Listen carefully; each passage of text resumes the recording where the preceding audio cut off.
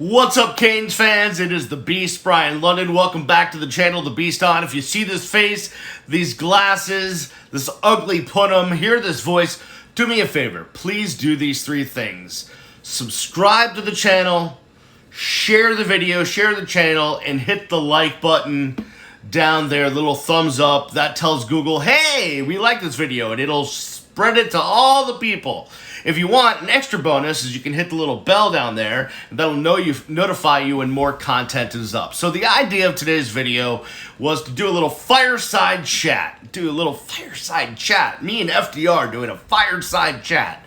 But instead, due to the technology that I have, or lack thereof, I have the fire going through my body and not behind my body. But you understand the intimate environment I wanted to create here with this video. So let's talk about what we're doing today. Today, as we are at a bit of a crossroads with Miami's defensive coordinator Blake Baker out to LSU, thank God, yeah, and trying to figure out who the next DC is going to be and all that stuff. A lot of people have been wondering, how the hell has Miami been in the same place it's been in since 2005 or 4 or 6 or whatever you put that demarcation line, wherever that is. To me, I put it at the loss to LSU in the Peach Bowl, or was it the Chick-fil-A Bowl at that point? I don't remember. That absolute, just complete bamboozle of Miami by LSU. Was it Matt Flynn was the quarterback who came in to replace Jamarcus Russell, who was hurt? I believe it was. LSU absolutely destroyed Miami on that day. That caused not only a brawl in the bowels of the stadium in Atlanta, but also almost a point where I got arrested. But that's a story for a different time and a different place. It also caused Larry Coker, it forced him by Paul D and mostly Pete Garcia to have to fire all the great assistant coaches we ever had at the University of Miami, and nothing has been the same since. So that, to me, is the demarcation line. I don't know where you put it. Some people put it at the loss to North Carolina up there with the Connor Barth field goal. There's all sorts of places you could put the demarcation line of when Miami stopped being Miami and has been the same non-Miami football team for the last 15, 16, 14 years. So let's talk about that. And in order to do that, we have to go way back, as Chris Berman would say, back to the 70s, when Miami was on the cusp of dropping football as a program they were going to offer in athletics. Back in the days when the coaches were not good, the players were not good, and Miami was just barely getting 5 or 6 wins a year in football back in the 70s.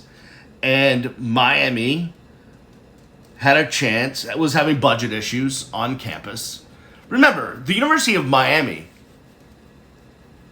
really, for most of its existence, was a small to medium-sized university with a lot of commuters from South Florida, obviously, and then the rest of the student body was northerners like me who came down to get out of the snow.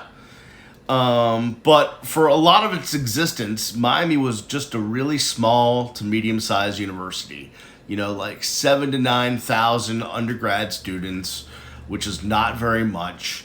Just kind of, you know, suntan you, laying along the shores of Lake Osceola, getting suntans and not doing very much else. And so there were budgetary issues back in the 70s, and the Board of Trustees got together and said, hey, one of the ways we might be able to solve our budget problems is by cutting football. Now, fortunately for us, they voted not to cut football. They cut basketball instead. Remember, basketball was dormant for a number of years. And after some downswings, they went out and found a coach named Howard Schnellenberger. And you know the story. Howard Schnellenberger took over a rough shot program and started to implement the idea of recruiting all of the athletes from South Florida, the state of Miami, right? From I-4 down, we were going to own that. And this was before all the other programs in the country were coming down to Miami, where all this speed and athleticism was to recruit players. So Miami got all of their talent, except for maybe quarterbacks, who they got from maybe the Northeast, like Pennsylvania or California. They got all their talent from right around, within a couple 100 miles of campus. And all of a sudden, something that was nothing, literally nothing, was about to be canceled overnight, turned into something, which was amazing for us, right? Amazing for us as fans, winning the 1983 national championship. But the issue was, while the football side of things was cranking with these amazing athletes and the amazing coaches that came to coach here, not one other part of the athletic department nor the university was ready to handle that sort of growth in the football program. No one was ready. Marketing side, ticketing side, fundraising side, none of it, business side, none of it was ready. It wasn't there. I remember walking into the Hecht when I was a little kid, down visiting my grandparents, and every time I would come down, because my mom was born at Doctors Hospital, grew up in the Gables on Almanar Avenue, just a few blocks from the University of Miami, and every time I would be down here, every waking moment there wasn't school. I would be in my grandmother's pool, I would be hanging out on campus, she would be taking me to the bookstore. So while I grew up in Boston, that's where my allegiance to the U comes from, because I basically grew up on campus with my grandma taking me around. My uncle went to school there, and that is where my love. I never knew any other college from the time I was born. That's the only thing I knew. And I remember my grandmother taking me to, there was a little tiny souvenir shop in the Hecht Athletic Center, where you could go buy hats and shirts, just a tiny little booth almost, right next to the ticket window. And I remember as a little kid thinking, this is the University of Miami? Like, this little rinky-dink building with this little rinky-dink shop and ticket office? Like, this is the mammoth that just won the national championship in 1983? I was, I was only 7 or 8 at the time, and I'm thinking, shouldn't this be like a lot bigger and greater? And yes, it should have been. But again, ill-prepared for success. And the problem with that is Miami was never able to catch up to the growth of the football program. No matter how hard they tried through the 80s and 90s and 2000s and here today, Miami has never been able to catch up until maybe recently. But the problem is that inability to catch up from the business side, from the marketing side, from the ticket sales side, from the promotion side, from the fundraising side, from every side of what you need to have a machine of an athletic department like those in the SEC, like that of an Alabama, like that of an LSU, like that of a Florida, I hate to say. In order to have that, you have to have all the mechanisms in place, the infrastructure in place to be able to continue to have success and growth. And Miami never had that. It was always playing catch up on everything from you name it. I mean, last to get an indoor practice facility, right? Finally made an addition to the athletic department. Finally redid the weight room. Finally have the nutrition parts that you need. Finally have all this. Finally have a hospital on campus where you can do, where you can have procedures for the kids. Like, all of the stuff that all the other schools have, Miami is last to the party with. And that is a big reason why Miami has never been able to get right despite winning football. Because the coaches in the football program were always able to get these great athletes, and they were able to win on the field, but there was nothing behind the program to support that growth, right? And then all of a sudden you get to a point where you're not winning as much, some things don't go your way, and you start screwing up recruiting by just taking the 5-star guys that you see in the magazine or on the reports that you're given and not really doing your homework. And then you start losing games. When you get lazy in recruiting, you start lose games. You start taking 5-star athletes, and I'm not mentioning names, but you know who they are, and they're not worth crap, and they don't win you games, so you start losing games. So now you're not the behemoth that's winning games, and now you not only don't have that going for you, but you lose out on the monopoly of having all those great players in your backyard that you're able to get, because now everybody else is figuring out how to get those players. The West Virginias, the Louisvilles, they're taking guys that can't get into your school. The Alabamas, the LSUs, well, the SEC is taking players out of your region, and we know how they're doing that. I didn't say it, but you know what I'm saying. These players that were staying home are now going to other places. And that's where Miami hits a dead end, hits a wall, hits the place where we've been. But the other situation is this, which is more systemic as far as, more systemic as far as the university as a whole. And I don't think a lot of people understand this. And if you're not an alum or you're not involved with the university or you haven't studied this, you may not get this, but there was a point in time where the University of Miami, was suntan U and wasn't really known for anything besides football as far as academics go. And then they started to, put some money into the business school, and that got better, and the law school, and that got better. The communication school really was known for obviously having great graduates. I mean, if you look at the likes of people that have graduated from the University of Miami that have been in media, there's certainly a long list. The Roy Firestones, the Susie Culbers, the Jill Arringtons, a.k.a. Tiffany, but don't know that she played tennis. It's okay. It's there's been a lot of great media names to come out of the University of Miami. Dan Le Batard, Barry Jackson, Michelle Kaufman, all of these people that came before me.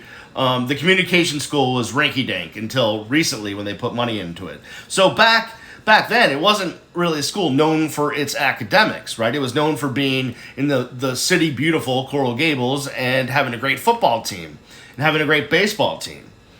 And then Donna Shalala came in, and she looked at, and I know that her name, just the mere mention of her name, brings a lot of people to want to punch me right now through their phone or computer or whatever you're watching me on. But Donna said, listen, we have to be known for something. We have to put our stake in something that will make this university a national university as it relates to academics. And what she did was put all her chips in the medical school. University of Miami bought a hospital, whether you think that's a good deal or not. Still, obviously, supplying the physicians through the medical school to Jackson, right? So Jackson Medical Center still has University of Miami doctors, despite the fact that the University of Miami still owns its own hospital. The Sylvester Cancer Center, all of these medical things. Donna Shalala decided that that's where we were going to make our claim. That medicine and research and science and all of that stuff in the long run was going to bring in more money and be more of a selling point for the university than football. You can agree or disagree, but that is the decision that was made, not only by Donna, but also the board of trustees. And we'll get to the hierarchy of the university in a second. So Miami went all in on medicine. And I always said, when people were like, well, why don't we have the money to get a Nick Saban for $9 million a year or $11 million a year? I'd say, go downtown to the medical campus and go look at all the waterfalls in every office building, and you'll see where the money's being spent. Now, that's being facetious. If you really want to see the money being spent, go look at, them coming close to finding a cure for cancer, or all the great research they're doing, or all the great medicine they're practicing, and all of that stuff. It really is amazing. And the money being made by the medical facilities is ginormous, and a huge part, a large percentage of where the university gets a lot of its money to put into its endowment, along with contributions and whatnot. And the university found out, like the Millers and other families that have contributed to that aspect of the school, the medical part, that there's a lot of people are out there that are willing to give the university millions and millions of dollars for medicine and finding the cures for diseases, that maybe aren't willing to part with that money for football. And that's the long and short of it, is that the University of Miami has put its stake in the ground around medicine and not around football. Now, just as an alum, I say to myself, that's great.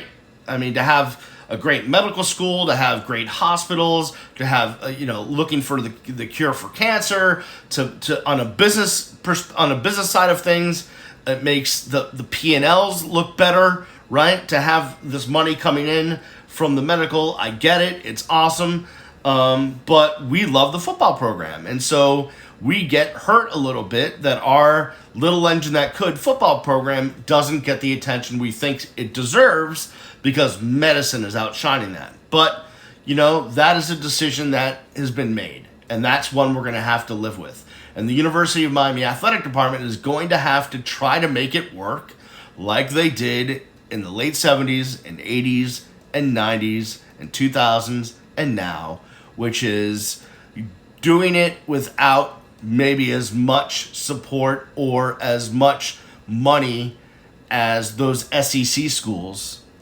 do it with.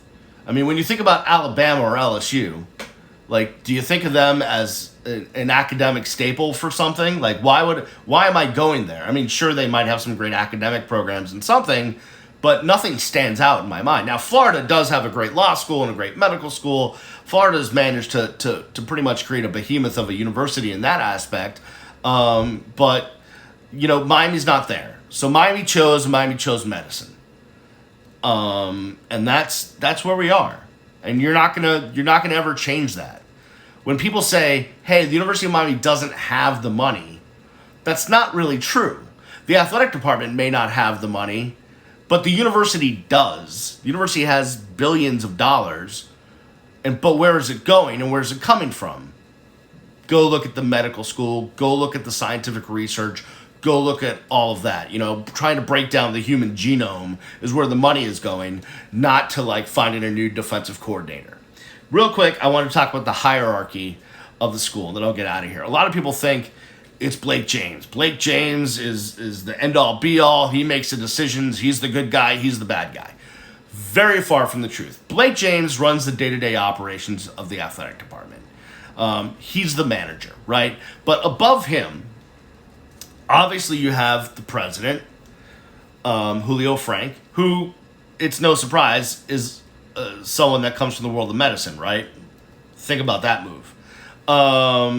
It all makes sense, right? But not just the president. The president doesn't have a lot of, at the University of Miami, a ton of say in athletics either. It goes above him to the Board of Trustees. The Board of Trustees run the university. And when it comes to athletics, there is the athletic, I don't know what they're calling it these days. At some point in time when I was traveling with the team, there was the Athletic Advisory Board. It was a group, a handful or a dozen of members of the Board of Trustees who pulled the strings when it came to the athletic department. Any major coaching decisions, any money decisions, any major decisions that had to do with the athletic department, all came down to these couple of handfuls of people that were on the Board of Trustees, but were on the specific committee, the Athletic Advisory Board. Back in the day, and I haven't kept up with who's on the board now, but back in the day, it would be, you know, the Ron Stones, the Ed Williamsons, the Paul Demares, the Sofers, Dr. Dower, all of these people were the ones that were in charge. And they were the ones that had the input. They would, Bob Mann, may he rest in peace, was involved in this. They were the ones who pulled all the strings. And the thing about that is they weren't the closest to the situation as far as knowing football and being kind of, in the day-to-day, at practice every day, in the meeting rooms, knowing what the university football program needed. They could only go by what they were being told and who they were hearing it from. And there was a lot of politics going on, and a lot of politics that still go on. So, I listen, Blake James everyone should be held accountable for the job they do, from the towel boy to Manny to Blake James on up. But just know that there's basically, I'm not going to say cabal, but a group of people on the board of trustees that run the athletic department, and they're in charge. Anything that happens on a major level, I'm not talking, listen, they're not picking the linebackers coach. But when it comes to major things that happen in the athletic department, they're the ones that get it done.